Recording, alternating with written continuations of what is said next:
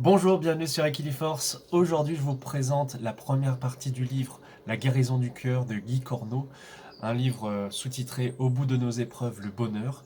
Autrement dit, dans ce livre, Guy Corneau explore les pistes qui permettent de mieux comprendre comment nous fonctionnons, comment nous pouvons être heureux et comment nous pouvons même, je ne vais pas dire combattre la maladie, mais la comprendre. Et c'est le cœur de cette première partie, les leçons de la maladie. Le livre commence par l'explication d'une méthode pour expliquer comment fonctionne la guérison. Alors ça m'intéressait parce que ça s'appuie sur les travaux du psychiatre Jean-Charles Crombez qui exerce au Canada, à Montréal. Et Guy Corneau nous rappelle à quel point la guérison, elle se fait en 4 étapes. La première, c'est que c'est un processus qui est d'abord naturel, c'est quelque chose de tout à fait courant. Notre corps fonctionne dans un système de guérison naturelle au quotidien. Ensuite, il ne faut pas oublier que c'est un système qui est quand même complexe, le système de la guérison, et qu'il y a tout un tas d'opérations qui se font, j'allais dire, d'elles-mêmes. Donc l'organisme, il possède une intelligence qui est vraiment ultra sophistiquée, qui échappe aussi d'une certaine façon à notre contrôle. La troisième étape de guérison, c'est que, en fait, c'est un système qui est global. Tout entre en interaction, hein, c'est pas les petites cellules qui sont indépendantes les unes des autres. Tout coopère pour réussir cette guérison.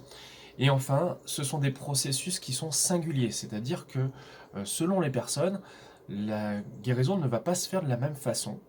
Mais il y a un point commun, d'après Crombez, qui unit, on va dire, les gens qui ont des techniques de guérison efficaces, c'est qu'ils y croient.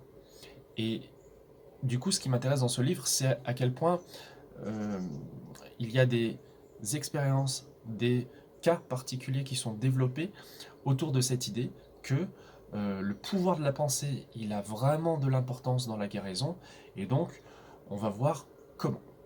Guy Corneau cite également Liliane Reuter, R-E-U-T-E-R, qui a étudié la question en disant que notre état d'esprit est notre meilleur médecin et que des pratiques aussi simples que les exercices physiques, la respiration, la détente, la relaxation, la visualisation, la méditation, la promenade dans la nature ou encore un régime alimentaire équilibré, vous voyez peut-être à quoi je pense sur cette chaîne, eh bien, tout cela, ce sont des fondements d'une vie beaucoup plus saine et donc des pistes de guérison tout à fait accessibles à tous, sans médicaments, même si évidemment, il ne s'agit pas de substituer les médicaments à ces pratiques. Hein, en fait, l'idée, c'est de conjuguer les deux.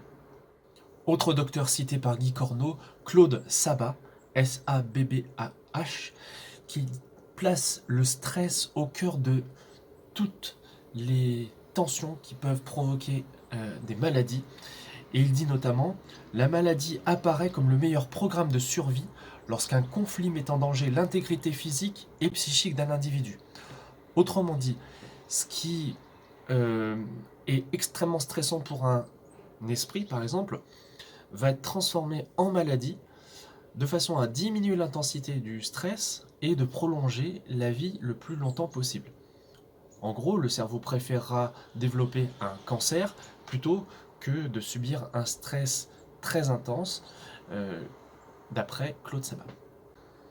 Et ce docteur explique que la maladie survient après une pensée qui va se manifester dans le corps.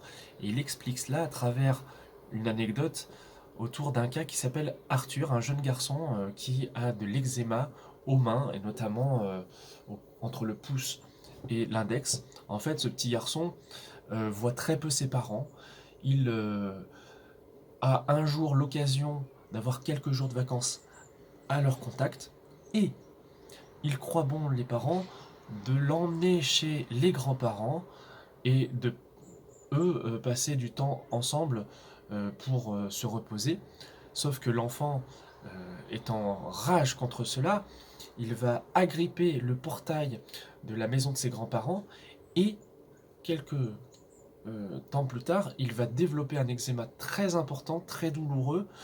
Et la racine de tout cela, en fait, c'est que euh, il a associé ce moment où, pour lui, ses parents, quelque part, l'abandonnaient et ne lui donnaient pas l'amour qu'il attendait désespérément, à une douleur tellement insupportable que, pour le coup, il était allergique après au contact du métal, euh, parce que son corps, en fait, avait imprimé la douleur psychique terrible de cet enfant qui se voyait, pour ainsi dire, laissé à l'abandon par ses parents.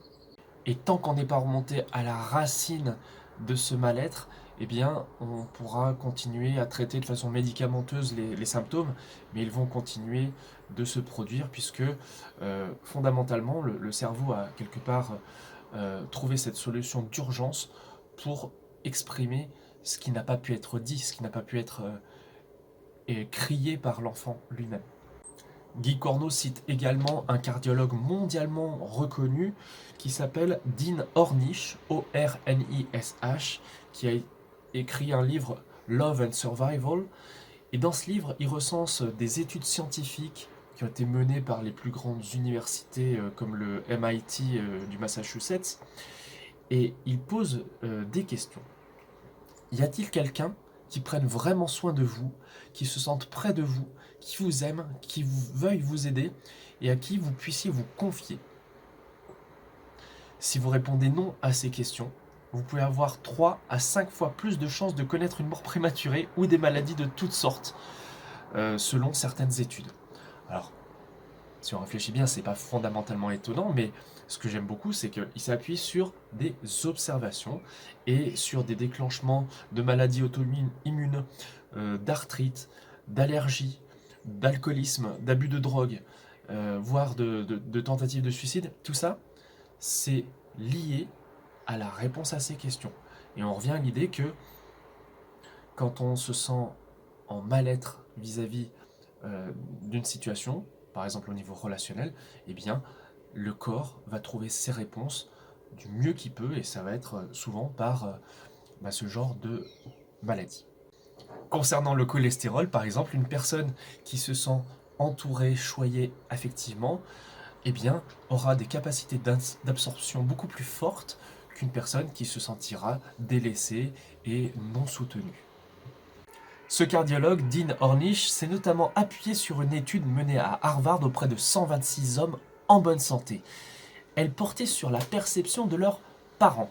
Est-ce qu'ils recevaient beaucoup d'amour, d'affection de leur part, père, mère, ou bien est-ce qu'au contraire, leur relation était plutôt froide et distante? Et le résultat, c'est que au bout de 35 ans, ils ont pu avoir un suivi de ces hommes, et devinez quoi? Ceux qui ont eu des relations tendues avec leurs parents, pour 91%, notamment avec la mère, étaient atteints de maladies sérieuses comme les troubles coronariens, l'alcoolisme, contre 46% de ceux pour qui les parents étaient très très proches. Pour ceux qui avaient eu une relation froide et distante avec leur père, eh bien ça a donné lieu à 82% de problèmes de santé en milieu de vie, contre 50% pour ceux qui avaient eu une relation chaleureuse. Et tous les participants, donc 100% qui avaient estimé 35 ans plus tôt avoir une relation faible au niveau de la chaleur affective et de l'intimité de leurs deux parents, eh bien tous ces participants-là ont connu une maladie grave au mi-temps de leur vie, contre 47% des autres qui avaient donc des parents de qui ils se sentaient proches. L'une des conclusions, c'est que la perception de l'amour en soi, elle peut se révéler comme une protection vraiment essentielle à tous les niveaux, bio, psycho, sociaux, spirituels, etc. Et que dans le cas contraire, il y a des agents stressants qui se mettent à l'œuvre pour compenser cette douleur psychique, émotionnelle, affective immense.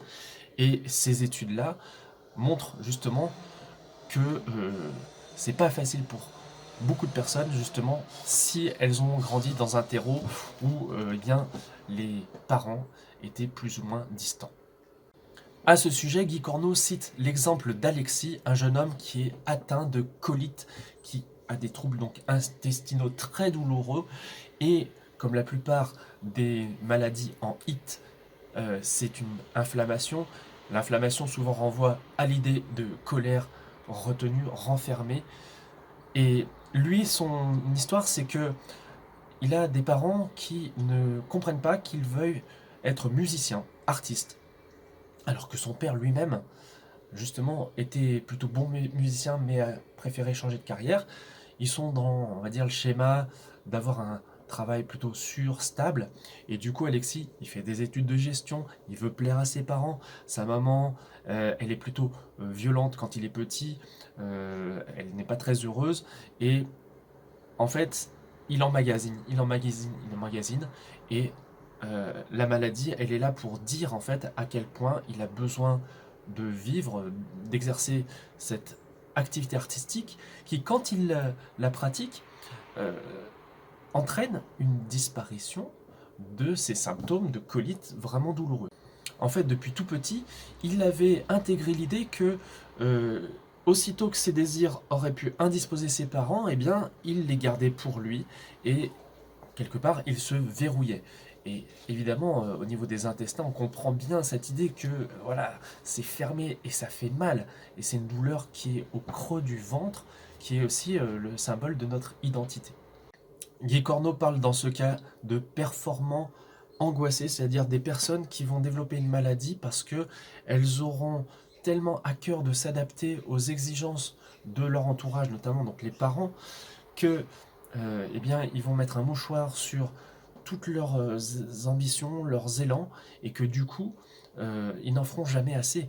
Et ils vont s'éloigner progressivement de leurs rêves, de leurs aspirations, et ça va se transformer en malaise, en maladie, notamment quand il y a des cas de suradaptation permanente, eh bien, ça crée un surmenage, du stress, et comme on l'a vu, ça peut entraîner par exemple une colite ou toute autre maladie.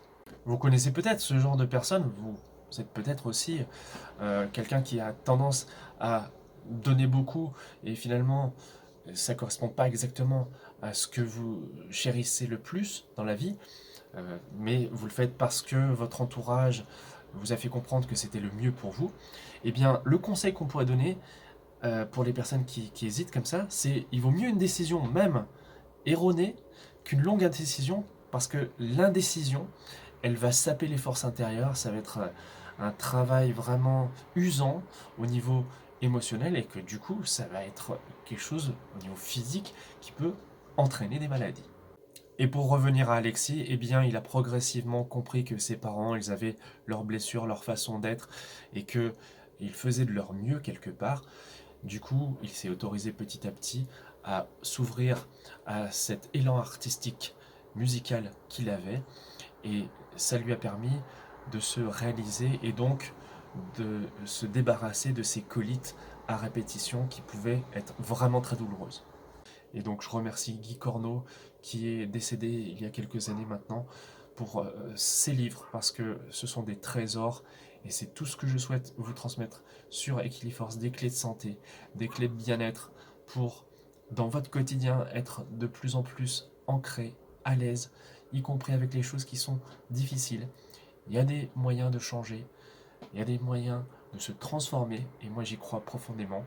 N'oublions pas, comme nous l'a dit Guy Corneau, que c'est un état essentiel, l'état d'esprit, savoir aller au-delà de ce que nous avons déjà connu pour progresser.